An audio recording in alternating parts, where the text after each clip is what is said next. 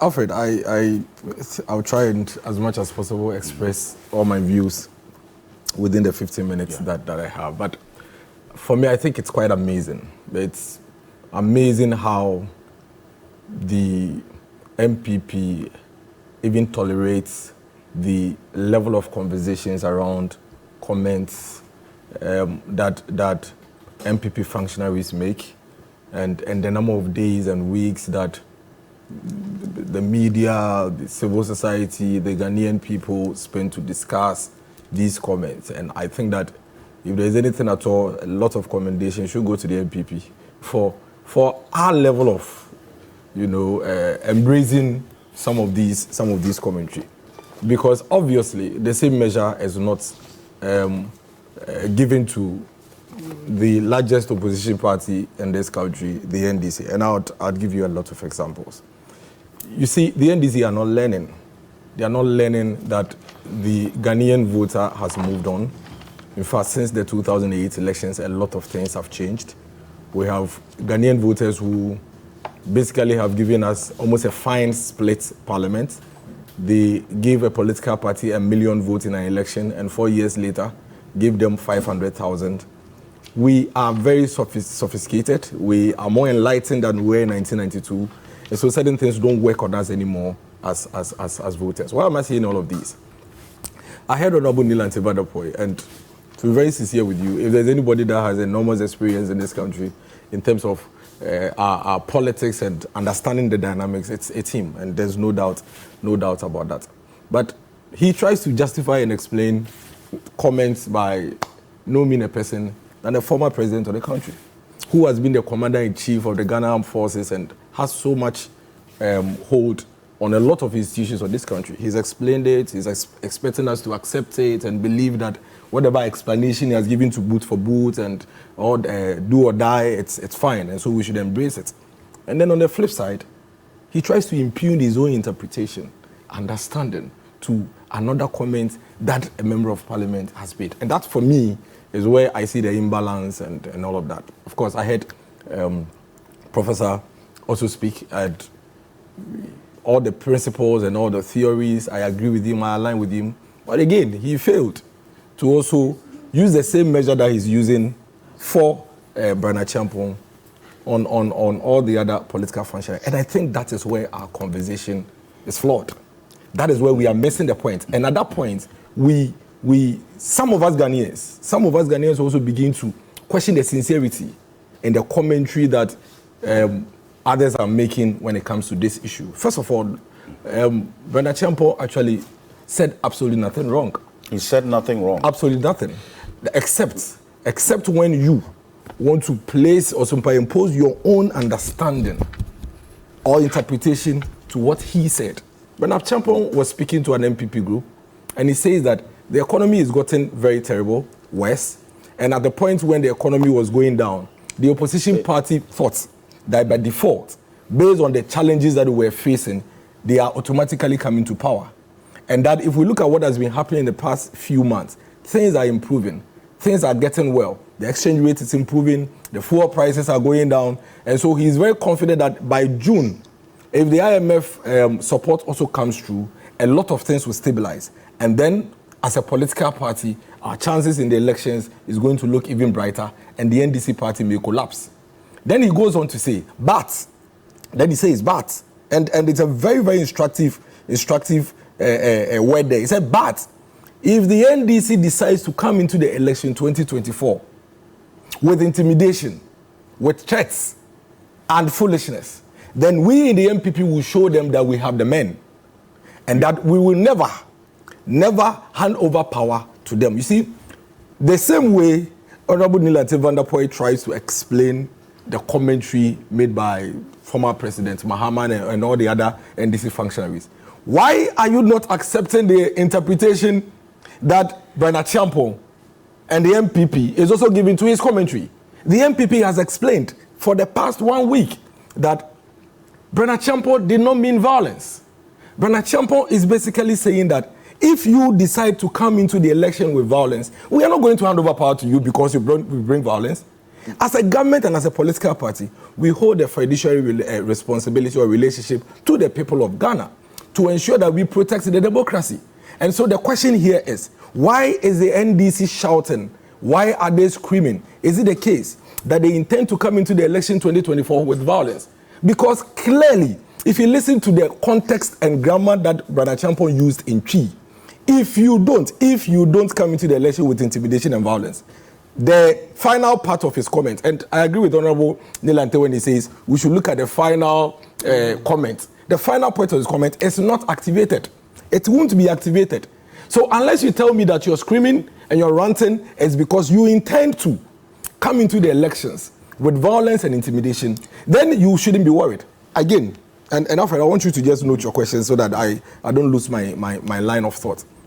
Again, I hear the NDC speak, and I think they are the last people who should make comments on this. What do you mean? I don't mind if Prof is commenting on it. I don't mind if Lawyer Martin, people have said it the last time that we are the same industry now. But I don't mind if civil society organizations. I don't mind if civil society organizations are making. Why is my senior brother, my friend? I'm making this point. But the NDC, no, they are the last people to do this. Because let me read something to you, and I'll go to, I think, City FM Online, and I'll quote Honorable Nilante Vadapoy, and I can swear on everything I believe that Honorable Nilante Vadapoy did not mean violence in this statement that he made. He said, and this is City FM, he said, I am not ready to relinquish my seats until God asks me to do so. And the MPP will never have that seat. It has never been their seat. Even in times they won parliamentary, they lost presidential. I will not relinquish my seat. I can swear on everything I believe that Honorable Nilante Vadapoy, when he was making this statement, did not mean violence. How different, for Christ's sake, is this comment from Honorable Bryan Acheampong's comment that we would never hand over power to the NDC? If Honorable Bryan Acheampong's comment impugns violence, then of course, I would place the same interpretation to what Honorable Nilante Vadapoy said. Let me give you another quote, and I am glad I have 15 minutes so I can use it the way I want. This is former President Mahama speaking. He says, I want to sound a caution that the NDC has a revolutionary roots, and when it comes to unleashing violence, no one can beat us to that. When it comes to, this is the former President Mahama speaking. I never heard anybody. Oh no! I mean, if you can read it all. You can read. But are you? Haven't you? Read it. Read all that he said. Haven't you, in your comment, picked the final statement that Bryan Acheampong made? You see, I am doing this on purpose. I said to show the level of inconsistency, and I'm glad you are saying I should read. You see, in that same vein, when you are commenting on Bryan Acheampong's statement, you don't pick the final part. We should not do this to ourselves. You see, when I read His Excellency John Mahama's statement, the first trigger is that read everything. Bryan Acheampong's statement had the preceding comment. It was conditional. It was within a context. But here you are, all the commentary, everything you say, in fact, you barely hear anybody make a comment except for the MPP. And they refer to all the preceding commentary and statements that Honorable Bryan Acheampong made. All they will say is that he said he will never hand over power. But you see the way immediately I read former President Mahama's statement, all of us, I said, read everything. And I agree with you. Ideally, properly so, Alfred, I should read everything. Because until I read everything, it would not make sense. The only conclusion will be that he's impugning violence. Of course, he will come out and explain what he actually meant by this. But Honorable Bryan Acheampong was clearly and correctly responding to the NDC. Come on, we have been bullied in this political space for too long. We have a history. In the very recent 2020 elections, these political party NDC told their followers, Prof, that they have won an election and that the EC is stealing the people's mandate, that they should go on the street. The guys spent weeks and days on the street. They were burning ties. They were blocking roads around Ridge. Hot water were being poured onto people. 2 years down the line, their national chairman comes to tell us that indeed, even when they were preparing to go to court, their lawyer told them that they did not have a case. And yet they unleashed violence on the streets of Accra. So if Bryan Acheampong says that if you decide to come with violence, we are going to show you that we have the men Who told you that when you say you have the men, it means that it is violence? With the same interpretation that Honorable Dylan Tevanapoi is giving to the comments that the NDC have made. The fact that he said we have the men doesn't mean that he's going to bring cutlasses and guns onto the streets to come and fight. Of course, there are laws, rules, and regulations that guide how people who come forth with violence should be dealt with. My point here is this. Let's be consistent in our political conversations. Let's be fair to all the divide. We should stop picking and choosing. Because you see, if you pick and choose, then when I am speaking, I would go and pick the one you did not pick and show it to you. And that is why we are where we are. Bryan Acheampong's commentary had nothing, absolutely nothing to do with violence. If we are to go into people who have made violent comments in this country, and not only made the comments, Prof, they haven't only said it. And I heard your point about act speech or speech act. The NDC only don't say it, they do it. They act it, they live it. We have seen violence in Ododiodio, we have seen violence in Talensi, we have seen violence in Amenfi, we have seen violence in Akwetia. The NDC live violence.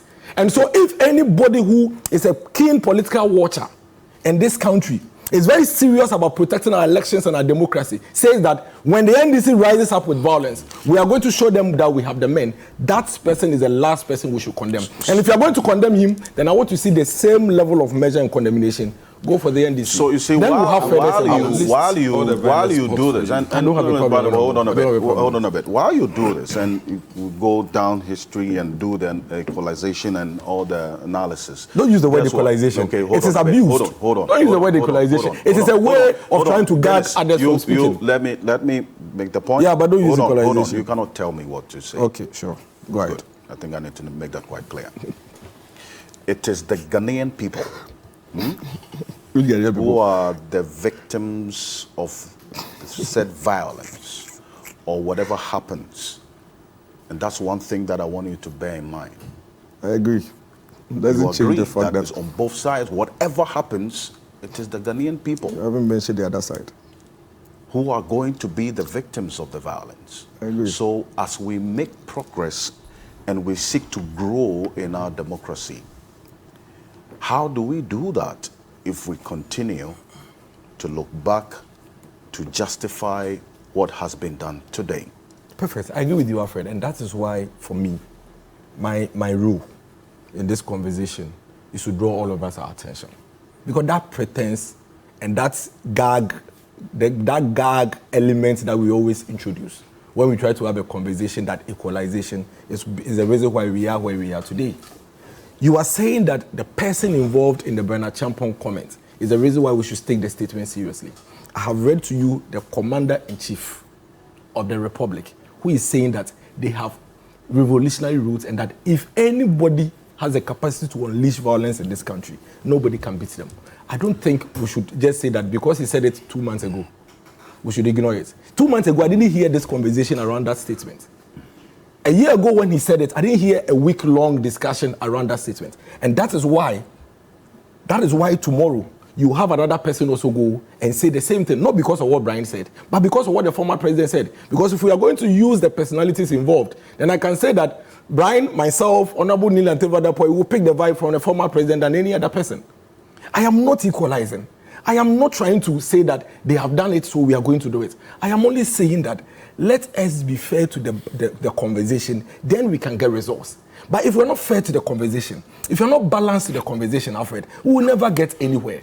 Again, if we are to really interpret the words and the comment and the statement made by all these political functionaries, then Bryan's comment is the least of all the weights. If we are to listen to it. We heard about 2 months ago, the Swami youth organizer of the NDC. He said, we are going to kill. He used it. He didn't even make a comment that requires... Well, guess what? He was picked up by the police. He was picked up by the police. Perfect. So would you say that the police should pick up Bryan Acheampong? Bryan didn't say he was going to kill. Bryan never said he was going to unleash violence. Bryan never said he was going to use guns and cutlasses. That is your interpretation. But that is your interpretation. Bryan never said anything anywhere. If Bryan says that we will never hand over power, he says that we will not hand over power if you use violence. But why? Why should any government hand over power to a violent opposition? You see, you are going to interpret what he where- said, but that's his interpretation. The concern That is his that- explanation. You don't want to buy it, but you want us to buy the interpretation and the explanation that you are giving to do a boot for boot and then unleash violence. How can this be a fair conversation? Professor if we continue Kobe-Mensah that? makes the point earlier about the impact and the interpretation of statements that are made. Okay, so if you are admitting that the interpretation given to a statement by a person would not be what you as a party subscribe to, that concern that he raised earlier about, for instance, on election day, when your supporters, after hearing this statement from Bryan Acheampong, even when the Electoral Commission pronounces the elections and it goes on the other side because of this. And remember, you're talking about the interpretation which you will not have control over at that constituency or on that ground, on that day. What do you take responsibility for? Whatever comes out. This is the issue of the pick and choose. By the time we get to election 2024, Prof, won't Brian's comment also be in the past? You are telling me that former President Mohammed's comments is in the past, so we shouldn't bring it up. Brian's comments will be in the past. So if anybody will act on Brian's very mild comments, which is violence. yes, because it's based on your interpretation. Well, Brian never used killed, he never used violence, he never used guns, he never used cutlasses. That's a fact. I mean, you can't say anything else. You see, my principle is that our conversation should be grounded on facts. Like Prof said, my children will come and read me in the future. And that's why I make sure that anything I say is something that makes a lot of logic and sense. Brian never said anything specifically to this effect. Everything we are doing, it's our own interpretation. And yet, the man who said that when it comes to unleashing violence, nobody can beat them. You are saying that people will not pick on that vibe from the former president, but people will go and pick a vibe from Brian. Come on, what are we doing to ourselves? And when we say it, you get your time. And when you say it, people will say that. Of my time. When you say it, people will say that, the Ghanaian people are watching. And I can tell you, the Ghanaian people are actually watching. The Ghanaian people are too smart now. Too smart to fall for these things. They can read in between the lines. They can see how you pick Bryan Acheampong's statement and ignore former President Mohammed's statement. They can see how you ignore a Stephen Ketiyah's statement at the NDC elections where he said they are going to sacrifice their lives. Okay? And then come and pick on Bryan Acheampong's statement. The Ghanaian people are reading. They are not daft. And when we say Ghanaian people, it's as if those of us sitting here, we are not Ghanaians. We are Ghanaians. I am coming from a Ghanaian community. I hear what they say. They know that between the MPP and NDC, if you can point out evidence of violence, it is the NDC. And the facts are there. Talensi is there, Akwetiyah is there, Amenfi is there, Ododo is there, Agbobuloshi is there. We can count. We can count. So as I conclude, I mean, you asked me a question, let me just conclude. So as I conclude, my point this morning is that we are not doing ourselves any good if we continue to have the conversations in this manner. It's fair if you say that my interpretation to Brian's statement is this. But give the gentleman the benefit of the doubt and listen to his explanation to it, especially when he wasn't emphatic. If you do that, then we'll be helping our democracy.